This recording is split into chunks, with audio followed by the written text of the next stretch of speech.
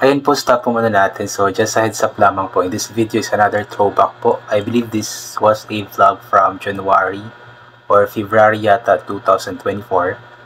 Kung saan nga po is kitang-kita po natin dito na nagtitraining nga po ang ating Kuya Luis ng Taekwondo.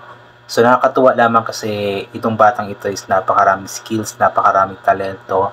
Kumbaga, hanggat kaya niya is sinasalihan niya. Just like nga po sa pagbabadminton na nag-champion nga po siya kasama ng kanyang ka-doubles. Tapos, nababasketball din po siya. Then, ito po, nakikita po natin na sumabak din po siya sa Taekwondo training. So, ibig sabihin talaga is talagang napakaraming skills ng batang ito.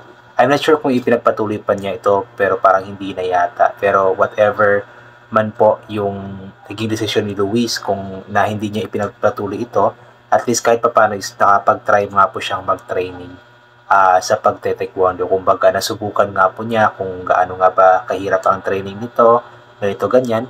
And of course, napakaganda po din sana ng kahit paano is meron siyang skill sa pag-taekwondo ba. Kasi, kumbaga, itong pagte-taekwondo kasi is nagagamit din po ito for self-defense or for sports din po, ganito, ganyan. So, nakakatuwa lamang po na itong si Luis talaga is, kumbaga, sinusubukan nga po niya yung mga bagay na hindi pa niya nasusubukan before. At ito po ipagpatuloy po natin. Napakataas din po pa rin ang sipa ni Luis. So, ibig sabihin talaga is may potential siya. Kaso nga lang medyo masakit din talaga ito sa mga binti at sa katawan.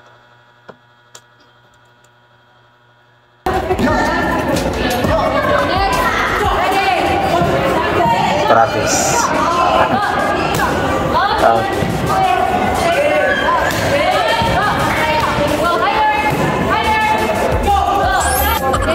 Ang cute ni Travis. Ito si Ramshan.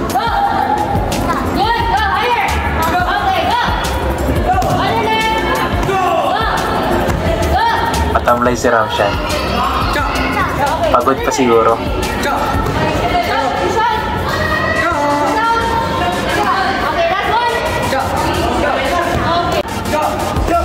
Oh, taas ng sipa ni Luis.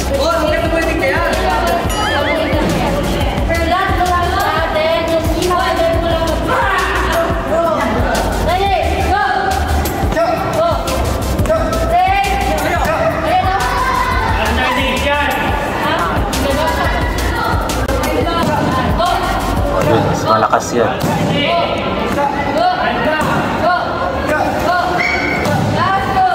Sakit sa paa niyan na.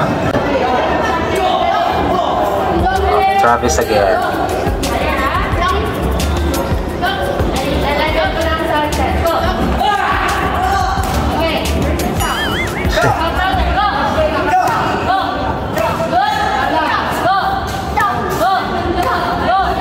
Nice one, Travis.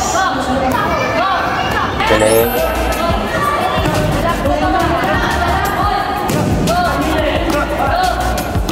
Bagay kay Luis na mag-taekwondo, no? Yung yung forma kasi niya, yung katawan niya, bagay na bagay sa sa sports na ganyan.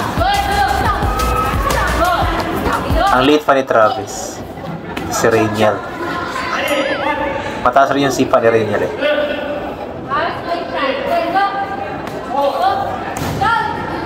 Mataas yung sipa niya.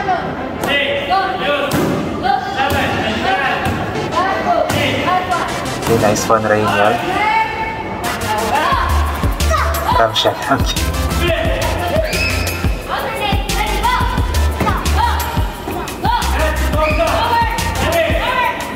Ang cute ni Ramshan.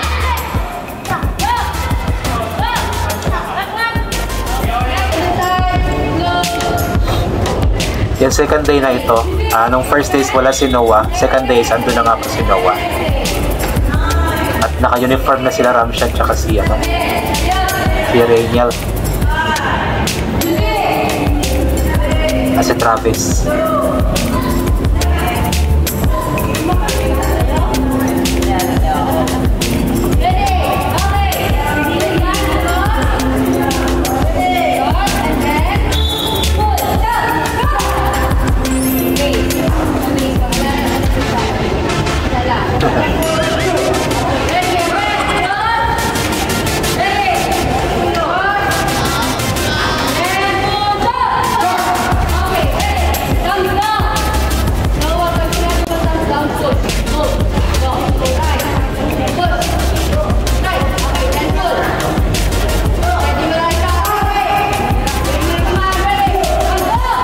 nakakatuwa lang makita na si Luis ay sumasali sa mga ganitong mga activities.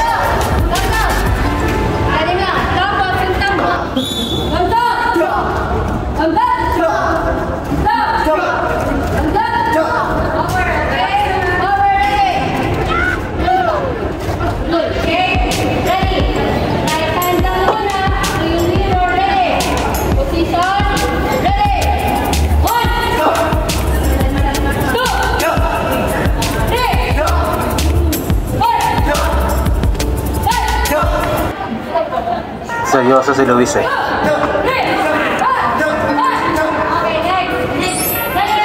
Magaling, mas bilis turuan. Ang cute. Ang cute ni Ramshan.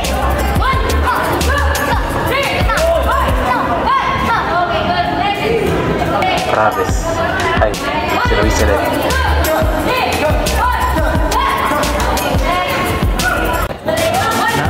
Nawa.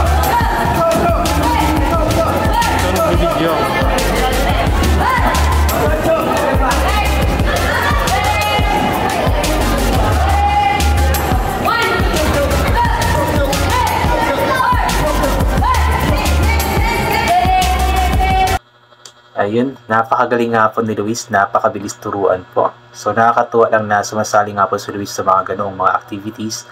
Although right now I know na hindi na siya sumasali yata sa mga ganoon or mga taekwondo training dahil nga po sobrang busy nga po niya dahil graduating na nga po siya sa grade 12 tapos active pa siya sa simbahan. So medyo wala na sigurong time pa si Luis. Pero I'm sure naman na kung ano naman po yung natutunan niya sa taekwondo training na iyon ay may apply pa din naman siguro niya yun. Kasi maganda po yun for self-defense and for sports na din po. Ayan. So yun po, I think hanggang dito na lamang po itong gagawin ko na reaction video. So thank you so much po sa lahat ng mga palaging bumabalik sa aking YouTube channel. Inuulit ko nga po palagi daw galing po natin magdasalang pasalamat sa lahat ng mga bagay na ating natatanggap kahit na di mo po natin ito hinihingi. Kasi nga po lahat ng mga bagay na meron tayo ay kaloob sa atin ng ating Panginoon at wala ang mga bagay na ito kundi dahil sa Kanya. Then yun po, ipag-pray po natin yung mga nasalanta po ng Bagyong Tino at Bagyong Uwan na sana makabangon po silang muli.